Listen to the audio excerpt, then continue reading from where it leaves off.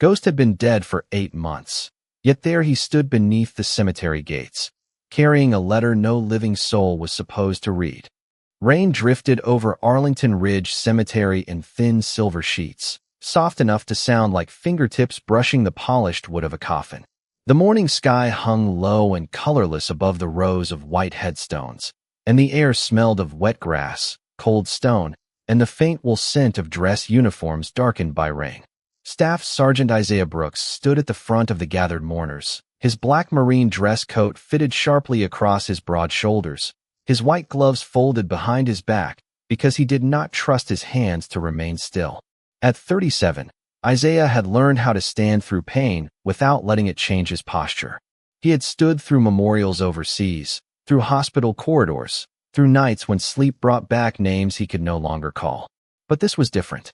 The coffin before him belonged to Gunnery Sergeant Daniel Hayes, the man who had once dragged Isaiah out of a flooded ravine and later laughed about ruining a perfectly good pair of boots. Daniel had been more than a fellow Marine.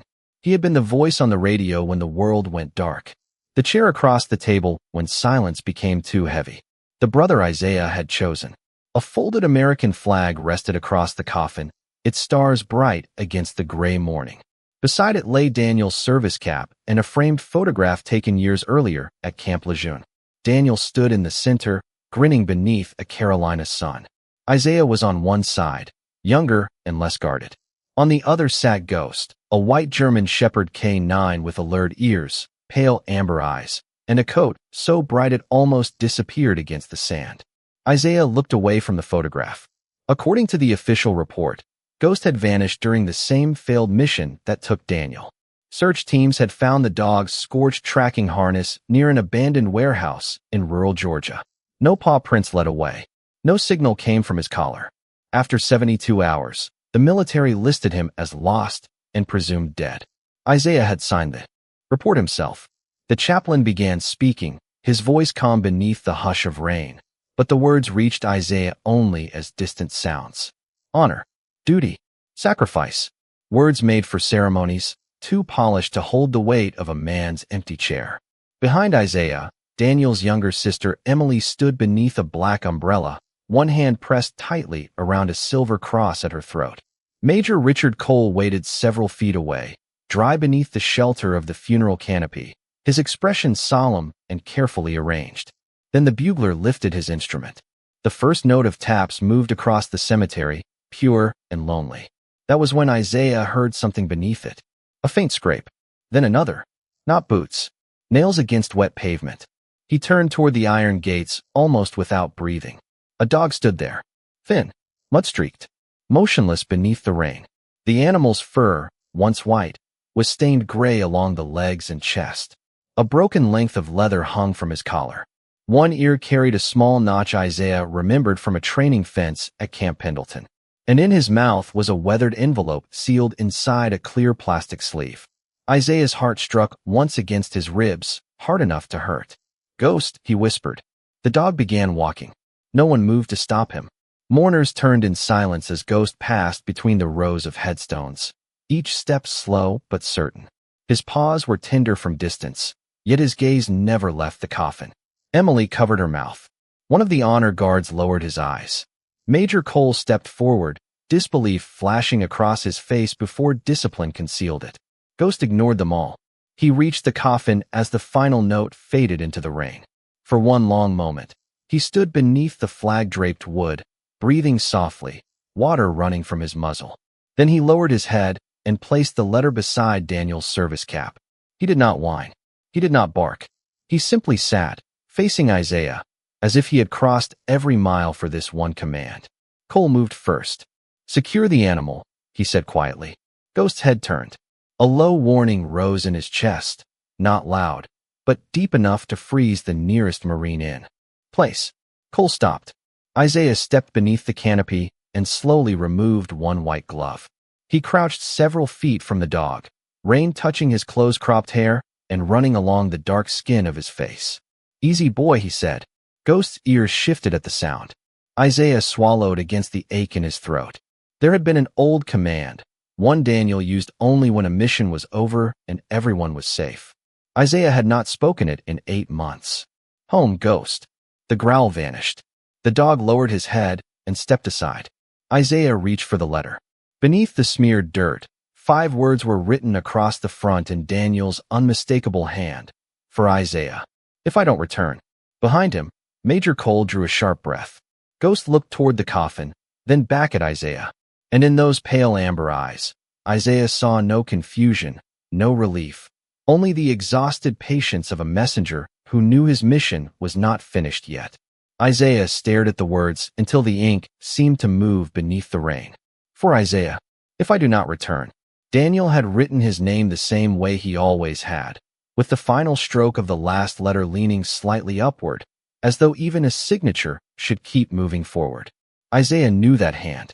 He had seen it on field reports, birthday cards, grocery lists taped to a refrigerator, and once on the back of a photograph Daniel had slipped into his sea bag before deployment.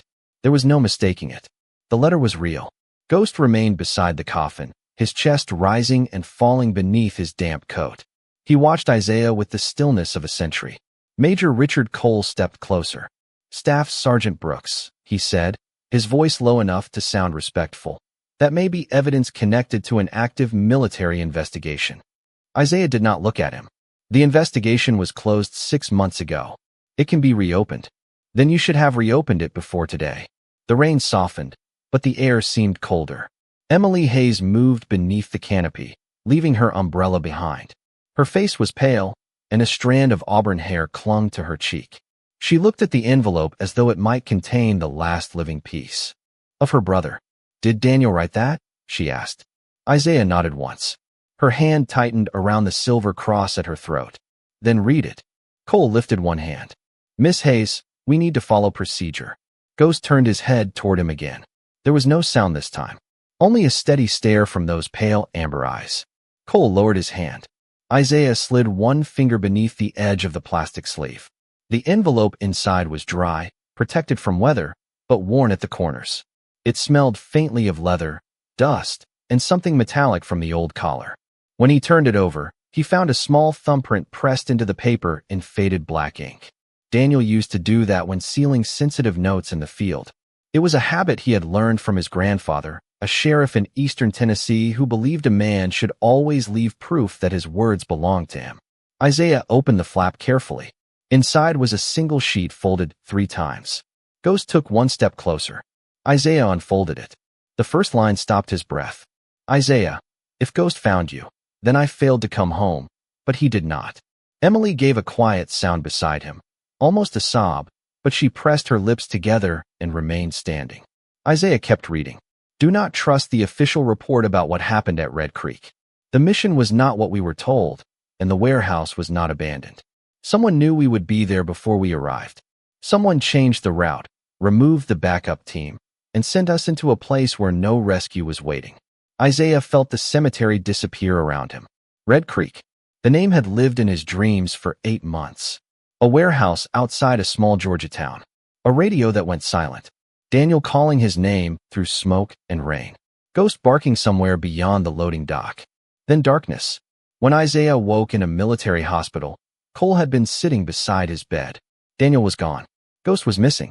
The report said an electrical fire had weakened the building before the team entered. It said communication failure had delayed support. It said Daniel could not be recovered safely. Isaiah had questioned every line until exhaustion and grief took the words from him. Now Daniel's letter placed those questions back into his hands. I did not have enough time to gather everything.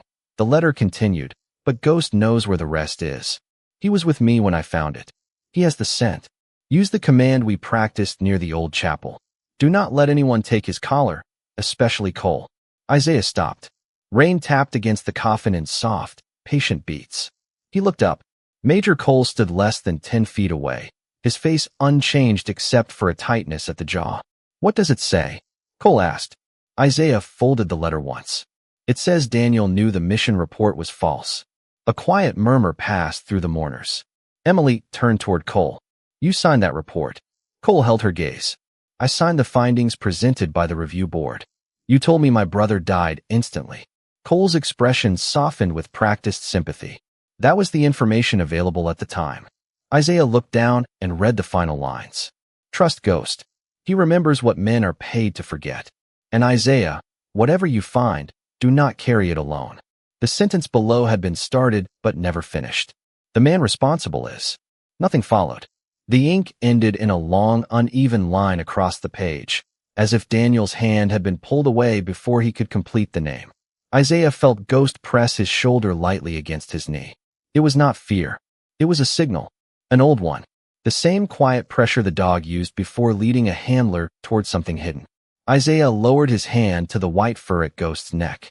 Beneath the broken leather strap, his fingers found the edge of a narrow metal tag. It was warm from the dog's body. On one side was Ghost's identification number. On the other, scratched by hand, were 3 words Isaiah had never seen before. Chapel. North Wall. Ghost stepped away from the coffin and looked toward the tree line beyond the cemetery. There, half hidden behind wet oaks and rising mist, stood the dark roof of an old stone chapel that had been closed for nearly 20 years. The dog took several slow steps in that direction, then stopped and looked back. Cole moved forward. That animal is not leaving this grounds. Isaiah folded Daniel's letter and placed it inside his coat. Then he met Cole's eyes for the first time. He crossed 800 miles to get here. His voice was quiet. You are not stopping him now. Ghost moved toward the chapel with the slow certainty of an animal following a road only he could see. Isaiah followed across the rain-dark grass, Emily close behind him, while the funeral remained frozen beneath the gray sky. No one spoke. Even the distant traffic beyond the cemetery walls seemed to fade beneath the soft rhythm of the dog's steps. The chapel stood beyond a line of oak trees, its stone walls blackened by age and weather, its narrow windows clouded with dust. Ivy climbed one side of the building, and the wooden doors had swollen in their frame after years of storms. Ghost stopped at the entrance and pressed his nose against the lower edge. Isaiah placed one hand on the iron latch. It gave with a tired groan. Cold air met them inside, carrying the scent of damp wood, old hymnals, and stone that had not known warmth in years. Pale light entered through stained glass, faded almost colorless by time. Ghost crossed the aisle without hesitation. His nails clicked against the floor, then slowed near the front pews. He turned toward the north wall.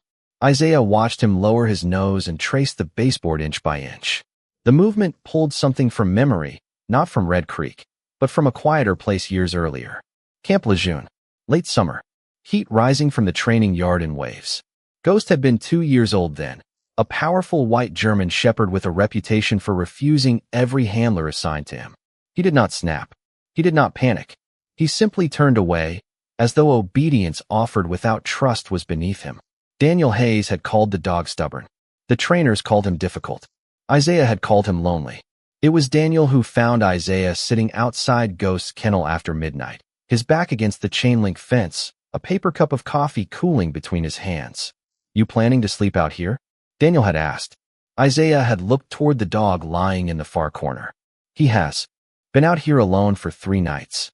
That is because he tried to climb over Sergeant Miller. Miller reached for him before he let the dog smell him. Daniel had leaned against the post, studying Isaiah. You always defend the one nobody else wants. Isaiah had taken a sip of cold coffee. Only when everybody else has already decided who he is. For 3 nights, Isaiah sat outside that kennel. He never offered food through the fence. Never called Ghost's name. Never demanded eye contact. He simply stayed. On the 4th morning, Ghost crossed the concrete floor and laid down beside the fence, his white shoulder pressed against the wire near Isaiah's boot. Daniel saw it from across the yard. He walked over slowly and smiled. Well, he said, looks like you have been chosen. From that day forward, the 3 of them became something the official records never had a box for. Daniel remained Ghost's primary handler, firm and patient, with a voice the dog followed through noise, rain, and confusion. Isaiah became the second handler, the one Ghost watched when Daniel was out of sight. They trained in pine forests, empty warehouses, crowded terminals, and miles of Carolina marshland. Ghost learned to find what people concealed. Daniel learned to trust the smallest shift in the dog's breathing. Isaiah learned that some bonds did not begin with a command. They began with presence. One afternoon near the old training chapel at Camp Lejeune, Daniel hid a canvas pouch behind a loose panel in the north wall. He gave Ghost the scent, then stepped back. The dog found it in less than a minute. Daniel laughed and tapped the wall. "Remember this place," he said. "People forget. Dogs do not." Isaiah had thought it was only another exercise. Now, years later, in another chapel nearly 800 miles away, Ghost stopped beneath a cracked section of stone and sat. His eyes lifted to Isaiah. The same look, the same silent certainty. Isaiah knelt and ran his fingers along the baseboard. One section felt newer than the rest. He pressed against it, and a narrow wooden panel shifted inward. Emily drew a breath behind him. Inside the hollow space rested a small metal case wrapped in oilcloth. No dust covered it. Someone had placed it there recently. Isaiah reached toward it, but Ghost placed one paw across his wrist. Not hard, just enough to stop him. The dog turned his head toward the chapel entrance. Footsteps sounded outside. Slow, measured, coming closer. Emily whispered, "Is that Major Cole?" Isaiah stood without answering. The door opened, and Major Richard Cole stepped into the dim light. Rain shone across the shoulders of his uniform. His gaze moved from Ghost to the open panel, then settled on the metal case. For the first time that morning, the careful calm left his face. "Isaiah," he said quietly, "whatever Daniel told you, there are things you do not understand." Ghost moved between them. His body remained still, but his ears rose. Isaiah kept one hand near the hidden case. "Then help me understand." Cole looked at the dog, and something passed through his expression. Not anger, recognition, fear. Ghost had seen that face before. For several seconds, no one moved. Rain whispered against the chapel roof, and somewhere inside the walls, old wood settled with a sound like a distant sigh. Isaiah watched Major Richard Cole carefully. The man had always carried himself with the calm precision of someone who believed every room could be controlled if he spoke quietly enough. But now his eyes kept returning to Ghost. The white German shepherd stood between them, his body still, his pale fur damp along the spine. He did not bark. He did not need to. Recognition lived in the way his ears angled forward and in the slow tightening of his stance. Cole had been at Red Creek. Isaiah felt the truth before he had proof. "You saw him there," Isaiah said. Cole did not answer. Emily stepped closer to Isaiah, her hands trembling at her sides. "My brother wrote your name in that letter." "Your brother was under tremendous strain," Cole replied. His voice remained even, but the words came too quickly. He misunderstood what he found. "Then tell us what he found." Cole glanced toward the open panel. "Classified materials. Nothing that belongs in a cemetery chapel." Isaiah lowered himself beside the wall and lifted the metal case from its hiding place. Ghost removed his paw this time. The case was no larger than a lunch box, with scratches across the lid and a strip of faded blue tape around one corner. Isaiah recognized the handwriting on the tape. Daniel had written one word: mercy. That single word carried him back to the final morning before Red Creek. The team had been stationed outside Savannah, assigned to inspect relief supplies meant for communities still recovering from a major coastal storm. Daniel had been unusually quiet at breakfast. Ghost sat beneath the table, his white head resting on Daniel's boot, while Isaiah poured coffee into a paper cup. "You look like you have not slept," Isaiah had said.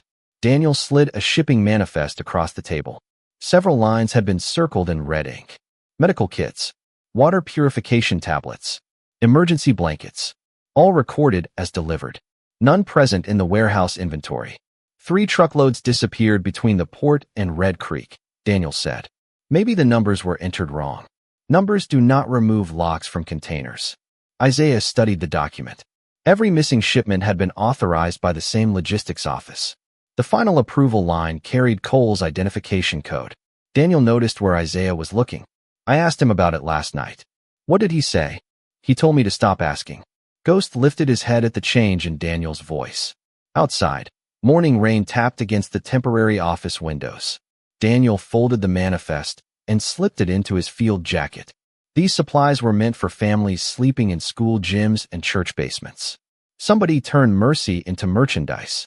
That afternoon, the orders changed. Their inspection was canceled. Instead, Daniel, Isaiah, and Ghost were directed to an abandoned warehouse nearly 40 miles inland. The message claimed a volunteer rescue worker had gone missing inside. No local sheriff had requested assistance. No backup unit was assigned. Daniel questioned the order twice. Cole confirmed it twice. When they arrived, The warehouse stood silent beside a swollen creek, its windows dark, its loading doors partly open. Ghost stopped 20 yards from the entrance. His nose lifted toward the wind, and a low uneasiness moved through him. Daniel rested one hand on the dog's collar. "You smell that too, boy?" There was no scent of food, clothing, or human shelter. Only damp timber, old fuel, and the sharp trace of recently moved crates. Isaiah checked the coordinates again. They were correct, but everything else felt wrong. Inside, rows of empty shelves stretched through the dimness. Fresh tire marks crossed the dusty floor. Near the rear loading area, Ghost alerted beside a stack of broken pallets. Daniel found labels torn from relief containers, each one matching the missing shipments. Then their radios lost contact with command. Emergency lights failed. A fire alarm sounded, though there was no visible fire near them. Daniel ordered Isaiah toward the eastern exit, while Ghost remained fixed on a closed office door. Isaiah remembered Daniel calling for him to wait. He remembered the building filling with smoke from an old electrical system. He remembered a section of ceiling collapsing somewhere behind them with a roar of wood and dust, not striking anyone, but separating Isaiah from Daniel and Ghost. Then a heavy beam blocked the corridor, and the world became noise, darkness, and the sound of Ghost barking from the other side. Isaiah returned to the present with his hand resting on the metal case. Cole stood near the chapel door, watching him. "The report said the warehouse was empty," Isaiah said. "It was." Daniel found the missing labels. He found discarded packaging. "That proves nothing." Emily's voice was barely above a whisper. "Why was there no backup team?" Cole looked at her, and for one brief moment, the authority left his face. He looked tired, older, because the mission was never supposed to last more than 10 minutes. Isaiah opened the first latch on the case. Ghost stepped closer, his nose touching the blue tape marked Mercy. A second latch remained, secured by a small combination lock. Scratched into the metal beneath, it were 4 numbers. Isaiah recognized them immediately. The month and year Daniel had first brought Ghost into their unit. Cole recognized them too. He took one step forward. Ghost released a low warning. Isaiah entered the numbers. The lock clicked open. Inside lay a shipping manifest, a small memory card, and a photograph taken at Red Creek 3 days after the official report claimed the warehouse had been sealed. In the photograph, Major Cole stood beside the missing relief containers. And next to him, alive and watching from the shadows, was Daniel. Emily moved closer to the photograph, her breath catching as she studied the blurred figure near the warehouse doors. Daniel's face was partly turned away, but the shape of his shoulders, the familiar tilt of his head, and the dark field jacket he had worn for years left no room for doubt. He had been alive 3 days after the mission. 3 days after Major Cole told the family there had been no chance of survival. Isaiah felt the weight of the image settle into the chapel like winter. He looked at Cole. "You knew?" Cole's eyes remained fixed on the open case. "I knew he was alive when that photograph was taken." Emily's voice broke through the silence. "Then why did you tell me he was gone?" Cole closed his eyes for a moment, not in sorrow, but as though he were arranging the safest version of the truth. "Because Daniel refused to leave quietly." Ghost stood beside Isaiah, his damp, white coat brushing the Marine's leg. The dog did not look at the photograph. He watched Cole. Isaiah lifted the memory card from the case. It was wrapped in wax paper and marked with another word in Daniel's handwriting. "Follow." Beneath it lay a folded road map of the eastern United States. Red lines connected Georgia, South Carolina, North Carolina, and Virginia. Small circles had been drawn around an abandoned freight yard, a rural church, a closed veterinary clinic, and finally the cemetery chapel where they now stood. Emily touched the edge of the map. "These places are hundreds of miles apart." Isaiah studied the markings. Beside each circle was a date. The first had been written 7 months earlier. The last was less than 2 weeks old. Ghost did not wander here, Isaiah said. He followed a route. The truth came slowly, then all at once. Daniel had not simply sent the dog away with a letter. He had trained him to move from one hidden place to another, carrying evidence no one would think to search for. Each location had offered shelter, food, or the next scent. Ghost had been completing a mission one painful mile at a time. Cole stepped farther into the chapel. "You are building a story from marks on a map." Isaiah turned the memory card between his fingers. "Then you should not be afraid of what is on this." I am afraid of what Daniel believed. That is not the same thing. Cole's gaze shifted to Ghost's collar. The dog was trained for scent work, not judgment. Daniel used him because he knew people would trust an animal before they trusted the chain of command. Emily looked down at Ghost. Mud had dried between the pads of his paws. One nail was worn nearly smooth. His ribs showed faintly beneath the wet fur. He crossed all that distance alone, she whispered. Isaiah crouched and examined the collar more carefully. Several small strips of fabric had been tied beneath the leather. Each carried a different scent: pine resin, machine oil, cedar, and something faintly medicinal. Daniel had made a trail Ghost could follow even after weeks of rain and road dust. Isaiah touched the final strip. It smelled like the lavender soap Emily used at her home. She stared at him. Daniel kept some of my letters, she said softly. I sent them with care packages. One had become the final scent. Home was never a place to ghost. It was a person Daniel trusted. Isaiah inserted the memory card into a small reader attached to Emily's phone.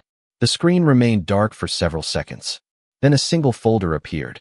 Inside were photographs of relief crates being moved at night, shipping records bearing altered identification numbers, and brief audio files labeled by date.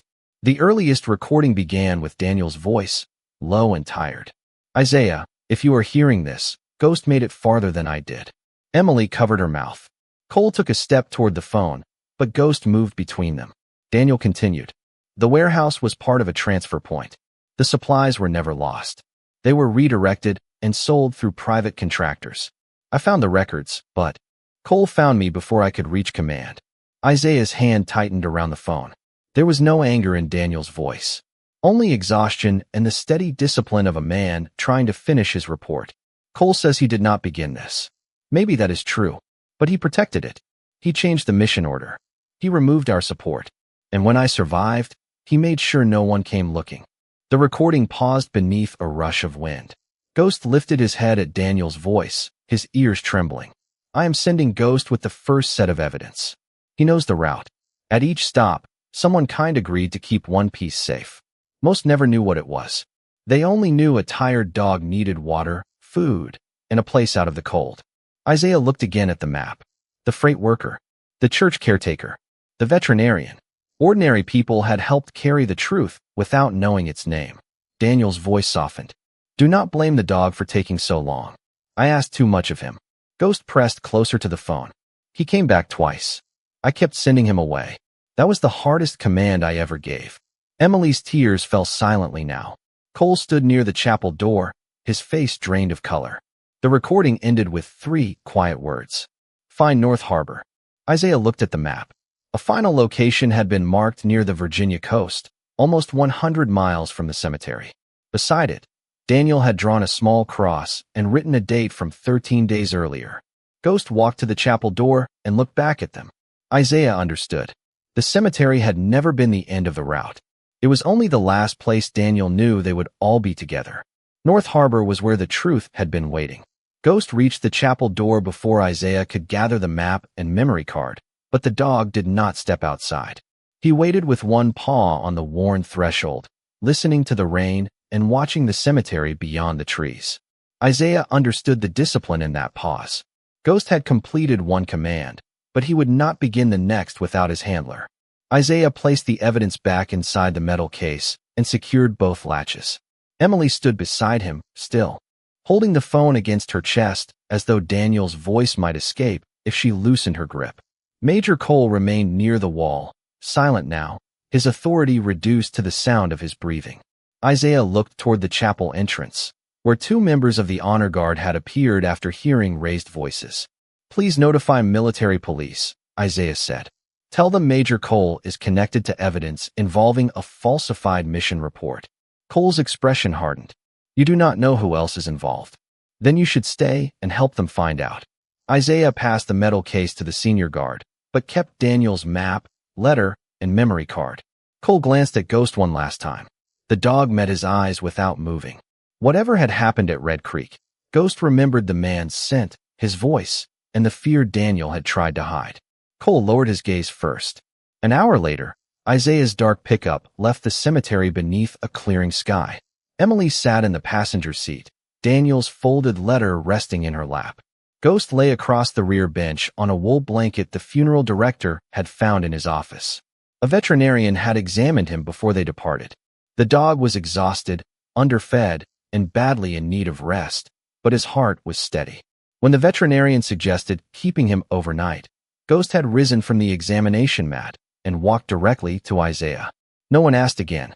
North Harbor lay 98 miles southeast, near a quiet stretch of the Virginia coast where fishing boats, military supply yards, and abandoned canneries shared the same gray water. As they drove, rain gave way to pale afternoon light. Wet fields passed beyond the windows. Ghost slept in brief intervals, but each time the truck changed direction, his eyes opened. Isaiah watched him in the mirror.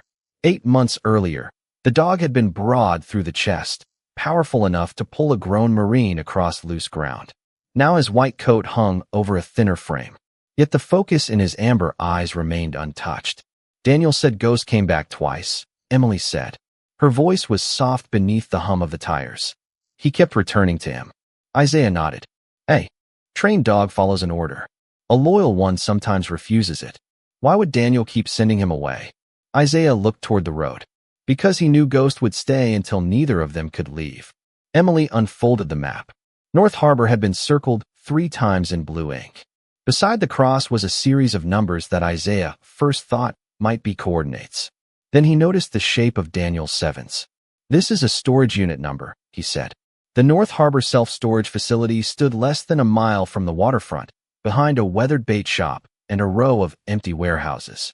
The office was closed, but a caretaker named Samuel Price lived in a small house beside the gate. Samuel was nearly 70, with silver hair, a flannel shirt, and the careful eyes of a man accustomed to noticing strangers. When Ghost stepped from the truck, Samuel's face changed. I wondered whether I would see you again, he whispered. He crouched slowly, and Ghost approached him without hesitation. Samuel rested one hand against the dog's neck. You made it, old friend. Isaiah felt Emily stiffen beside him. You know him? Samuel stood. He arrived here 13 days ago, thin as a winter branch and carrying that broken collar. He slept beneath my porch for 2 nights. Was Daniel with him? Samuel looked toward the storage buildings. Not when he arrived. The answer held more than it revealed. He unlocked the gate and led them down a gravel lane between rows of blue metal doors. The air smelled of salt, diesel fuel, and cedar from the nearby docks. Ghost moved ahead, nose low, passing unit after unit until he stopped at number 217. Daniel's map showed the same number. Samuel handed Isaiah a small brass key. A man rented this unit 7 months ago. Paid cash. Said someone would come with a white dog. Emily's fingers closed around Isaiah's sleeve. Did he give you a name? Daniel Hayes. The key turned with difficulty. Isaiah lifted the metal door, and cool darkness opened beyond it. Inside stood a folding chair, several sealed boxes, a battery lantern, and a narrow cot covered with a marine field blanket. On the floor beside it rested 2 stainless steel dog bowls. Ghost entered slowly. He smelled the chair, the blanket, and the empty bowls. Then he walked to the cot and pressed his nose into the fabric. A sound left him, too quiet to be called a whine. Emily knelt beside him. On the wall above the cot, Daniel had pinned photographs, shipping records, and a hand-drawn timeline. The final photograph showed Daniel sitting beside Ghost in this very room. Daniel looked thinner, but alive. A date was written beneath it. 13 days ago. Isaiah turned toward Samuel. You said Ghost arrived alone. Samuel nodded, his eyes filling with sorrow. He did. But Daniel was here the night before. Emily rose slowly. Where did he go? Samuel pointed toward a small recorder resting on the folding chair. He left that for you. He said when the dog returned, the truth would be ready. Isaiah pressed the button. Static filled the room, followed by Daniel's tired voice. Isaiah, I need you to hear this before you open the last box. The coffin they buried today was never mine. The recorder clicked softly in Isaiah's hand, and Daniel's voice returned beneath a layer of static. The coffin they buried today was never mine. Emily's face lost what little color remained. Samuel Price lowered his eyes, as though he had already heard the words and still had not found a way to carry them. Ghost stood beside the cot, his nose pressed to the field blanket, listening to the voice that had guided him through rain, smoke, and 8 months of distance. Daniel continued. Cole needed a body to close the file. He did not have one. He had paperwork, a damaged identification tag, and enough authority to make grief look official. By the time I learned what he had done, my name was already carved into stone. Isaiah felt the storage unit narrow around him. Outside, gulls cried over the harbor, and a loose sheet of metal knocked gently in the wind. I survived Red Creek, Daniel said. Not because anyone came back for me. Ghost stayed. He found water. He kept returning to the eastern exit until I could follow him out. We spent 2 nights in an empty drainage shed beyond the property. On the 3rd morning, I reached a road and learned. The search had already ended. Emily covered her mouth. Isaiah closed his eyes for 1 second. The official report had claimed Daniel could not have survived the first night. Cole had sat beside Isaiah's hospital bed and repeated that conclusion until it sounded like mercy. Daniel's voice grew quieter. I tried to contact command. Every call was redirected. Every message disappeared. A man I trusted warned me that Cole was not working alone, and that anyone who helped me openly would lose more than a career. So I stayed gone. I followed the missing shipments. Ghost followed me. On the cot, the dog lifted his head. His ears angled toward the recorder, and his tail moved once against the concrete floor. We found shelters, church kitchens, freight yards, and people who still believed a hungry dog deserved a meal without an explanation. They helped us without knowing the whole story. I divided the evidence because 1 box could be taken. 1 person could be silenced. But kindness spread across 4 states is harder to erase. Isaiah looked at the photographs pinned to the wall. Each face belonged to someone ordinary. A dock worker in a reflective vest. A pastor beside a church pantry. A veterinarian holding Ghost's paw. Daniel had built a chain of witnesses from people no official report would ever mention. North Harbor was the last stop. The recording continued. By then, I was too tired to keep moving, and Ghost was worse. I sent him to Emily with the letter, but he came back. I sent him again. He came back again. He would not leave until I gave him Isaiah's scent and the old home command. Emily knelt beside Ghost and touched the white fur behind his ear. You kept going back, she whispered. The dog leaned into her hand, but his eyes remained on the recorder. Daniel drew a slow breath. Isaiah, the last box contains the complete shipping records and the names of every officer and contractor involved. It also contains my final statement, signed and witnessed. But before you open it, you need to know why I stayed hidden after the evidence was secure. A pause followed. In the silence, Isaiah heard the harbor wind move beneath the storage door. Cole contacted me 6 weeks ago, Daniel said. He offered protection if I surrendered the records. I refused. Then he told me the funeral had been scheduled. He wanted the world to see a coffin lowered and stop asking questions. I realized that ceremony would bring everyone together, including you. That made it the only place Ghost could deliver the letter without being intercepted. Isaiah looked toward the dog. The long road, the funeral, the chapel, the map. None of it had been chance. Daniel had shaped his final mission around the one thing Cole could not avoid, public grief. There is one more truth, Daniel said. His voice trembled now, not with fear, but fatigue. I was alive when I recorded this. I do not know whether I will be when you hear it.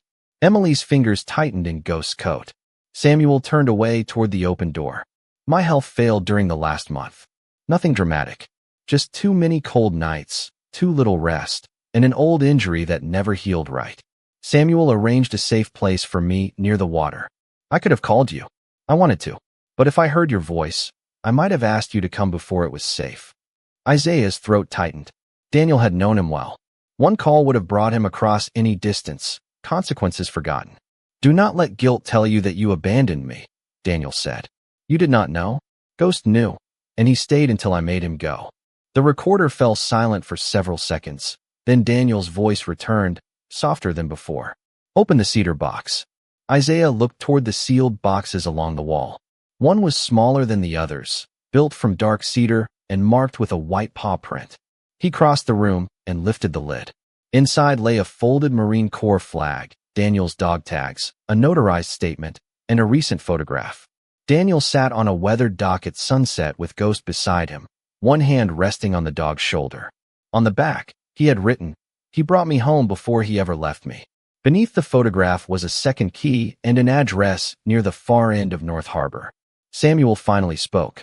That is the cottage where Daniel spent his final days. Emily stared at him. Final days? Samuel nodded slowly. He passed away 13 days ago, just before dawn. Peacefully. Ghost was lying beside him. The dog lowered himself onto the field blanket and placed his head between his paws. Isaiah understood then why Ghost had arrived alone, why his feet were worn, and why he had carried no panic into the funeral.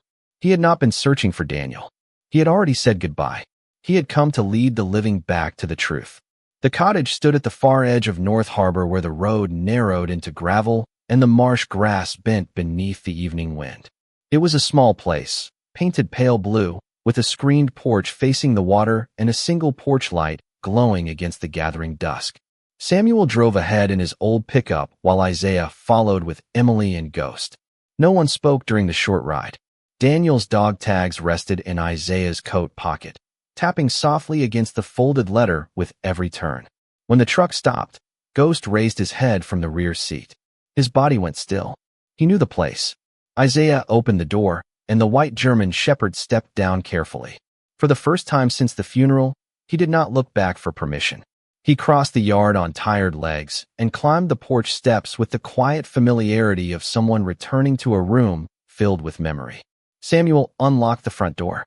The cottage smelled faintly of cedar, coffee, and the clean salt air moving in from the harbor. A green marine field jacket hung beside the entrance. A pair of worn boots stood beneath it. On a narrow table rested an empty coffee mug with Daniel's name faded along the side. Emily stopped at the threshold. Her hand rose to her mouth, but no sound came. "He lived here," she whispered. Samuel nodded. "For the last 5 weeks." Ghost walked into the small living room and stopped beside a wooden chair facing the window. A folded blanket lay on the floor near it, still carrying the shallow impression of where the dog had slept. Isaiah touched the back of the chair. Daniel had been here 13 days ago, watching the same tide pull away from the marsh. Close enough to call, hidden by men who had taught Isaiah to accept an empty coffin as truth. The thought brought heat to his chest, but Daniel's recorded words returned before anger could take shape. "Do not carry it alone."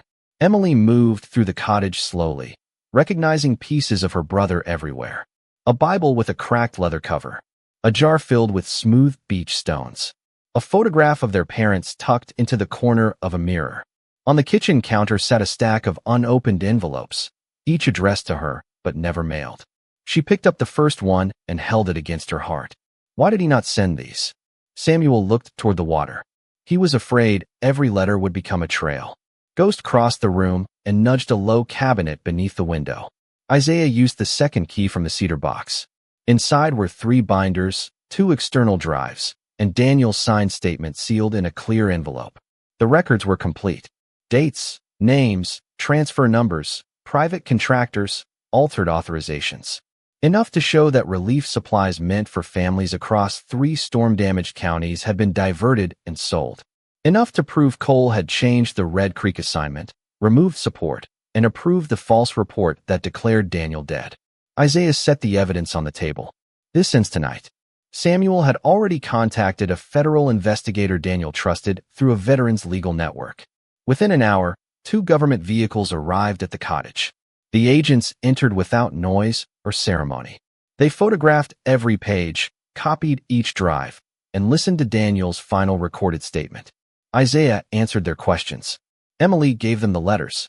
Samuel described the day Daniel arrived at North Harbor with Ghost beside him, both exhausted, both unwilling to stop. Near midnight, a call came from the cemetery. Major Cole had been taken into custody for questioning after investigators confirmed the photograph, memory card, and shipping documents. Other names from Daniel's records were being located. The false funeral had been suspended before the coffin could be lowered. Emily sat in Daniel's chair when she heard the news. She did not smile. Justice, Isaiah realized, did not always feel like victory. Sometimes it felt like a quiet room where the truth arrived too late to save the person who carried it. Ghost lay at her feet, his head resting across her shoes. She reached down and stroked the white fur along his neck. "He kept Daniel from being alone," she said. Isaiah looked toward the dog, and Daniel kept him alive long enough to finish. Before leaving, the lead investigator handed Isaiah a small sealed bag recovered from Cole's personal effects at the cemetery. Inside was Daniel's original identification tag, the one Cole had claimed was found at Red Creek. It had never been near the warehouse after the mission. Cole had kept it to support the false report. Isaiah turned the tag beneath the kitchen light. Daniel's name caught the glow, worn at the edges but clear. Emily stared at it for a long time. Then she said, "I want him brought home properly." 3 days later, Daniel's remains were transferred from a small coastal hospice where Samuel had arranged his care. The physician confirmed he had passed peacefully before sunrise, with Samuel nearby and Ghost lying against the side of the bed. There were no restraints, no fear, no lonely final hour. Only the sound of waves beyond the window and a loyal dog refusing to move until Daniel's breathing stopped. A new funeral was scheduled for the following week. This time, the coffin would not be empty. This time, the report would speak the truth. On the final evening at the cottage, Isaiah sat on the porch steps as the sun lowered over North Harbor. Ghost came beside him and eased down with a tired sigh. Isaiah removed one glove and rested his hand on the dog's shoulder. Beneath the fading light, the white fur looked almost silver. "You did good, Marine," Isaiah whispered. Ghost lifted his head at the old word, then placed one paw over Isaiah's boot. Inside the cottage, Emily opened Daniel's first unsent letter. The paper rustled softly in the still air. She read the first line aloud. "I am sorry I had to disappear, but I was never gone from the people I loved." Isaiah closed his eyes. Across the harbor, a bell sounded once. Ghost leaned closer. For the first time in 8 months, none of them were waiting for the truth to arrive. It was already home. The morning of Daniel's true funeral arrived clear and cold, with sunlight resting gently across the rows of white headstones. No rain fell this time. The sky above Arlington Ridge Cemetery was a deep, quiet blue, and the wind carried the clean scent of pine, polished wood, and fresh earth. Isaiah stood beside the coffin in his dress uniform, his posture straight, his face calm, though grief moved beneath that calm like a slow tide. Emily stood on the other side, holding the folded flag that had belonged to their father. Ghost sat between them. His white coat had been washed and brushed, and beneath the sunlight, it shone almost silver.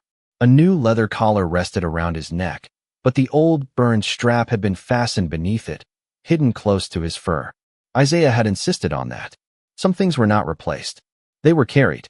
The coffin before them was no longer a symbol. Daniel was inside. His dog tags rested over his chest. His field jacket had been folded beneath his hands. The final report placed above him told the truth of Red Creek, North Harbor, the missing relief supplies, and the months he had spent protecting evidence while the world believed him gone. Major Richard Cole remained in federal custody, and several others had been removed from duty. The stolen supplies that could still be recovered were being returned to the communities they had been taken from. Yet none of that changed the stillness of the cemetery. Justice could correct a record. It could not restore a voice. The chaplain spoke softly about service, sacrifice, and the kind of courage that continued long after uniforms were removed. Isaiah heard every word this time. He also heard Ghost breathing beside him. Slow, steady, present. When the honor guard lifted the flag from the coffin, Ghost rose. He moved forward without command and placed one paw against the lower edge of the polished wood. No one tried to stop him. The Marines nearby lowered their eyes. Emily pressed her lips together as tears moved down her face. Isaiah placed one hand on Ghost's shoulder. "He is here, boy," he whispered. Ghost looked up at him, then back toward the coffin. For a moment, the cemetery disappeared, and Isaiah remembered a hot training yard in North Carolina. Daniel laughing. Ghost racing across the grass. 3 shadows stretching long beneath the evening sun. Back then, none of them knew how much they would lose. None of them knew that loyalty would one day become the road that carried the truth home. The rifle salute echoed across the cemetery, sharp but ceremonial, fading quickly into the open sky. Ghost did not flinch. He remained beside Daniel. Then the bugler raised his instrument. Taps began. The notes moved gently through the morning air, sorrowful and clean. Isaiah felt his control loosen. He had spent 8 months refusing to cry for a death he had never fully believed. Now the truth stood before him in polished wood and folded cloth. Daniel was gone. Really gone. Isaiah lowered his head, and the first tear reached his cheek. Ghost turned at once. He stepped away from the coffin and pressed his body against Isaiah's leg. The weight was slight, but it was enough. Isaiah rested both hands against the dog's neck. "I have got you," he whispered. Ghost leaned closer. Emily joined them, placing one hand over Isaiah's and the other against Ghost's white fur. The three remained that way until the final note vanished. When the flag was folded, the officer presented it to Emily. She accepted it with both hands. Isaiah removed Daniel's dog tags from his pocket and placed them on top. Ghost touched his nose to the metal. A tiny sound rose from his throat, not quite a whine, more like a breath carrying a name. After the service, the mourners slowly departed. Isaiah, Emily, and Ghost stayed. The coffin was lowered with quiet dignity. Fresh earth gathered at the edge of the grave. Isaiah placed Daniel's letter beside the flowers, sealed inside a protective sleeve. Emily added one of the unsent letters from the cottage. Ghost placed nothing. He simply laid down beside the grave, facing west toward the fading light. Isaiah sat on the grass beside him. "You completed the mission," he said. Ghost rested his head across Isaiah's boot. Emily stood nearby, the folded flag held against her chest. "What happens to him now?" she asked. Isaiah looked down at the dog. "He comes home with me." Emily smiled through her tears. "Daniel would want that." Isaiah nodded. "I know." Months later, Ghost lived with Isaiah in a small house near the Virginia coast. A photograph of Daniel stood on the mantel beside the old collar and the framed letter. Each morning, Ghost waited by the door while Isaiah made coffee. Each evening, they walked along the water, where gulls circled above the harbor and the wind moved softly through the grass. Some nights, Isaiah woke from dreams of Red Creek. Ghost would already be beside the bed, watching, waiting, reminding him that morning still existed.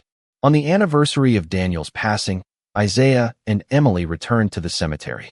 Ghost carried the old collar gently in his mouth. He placed it beside the headstone, then sat between them. No one spoke for a long time. They did not need to. The sun broke through the clouds and rested across Daniel's name. Ghost lifted his face toward the warmth. Isaiah placed one hand on the dog's back. Daniel had given Ghost two final commands. Bring the truth home. Do not leave Isaiah alone. The first mission had ended at the grave. The second would last for the rest of their lives.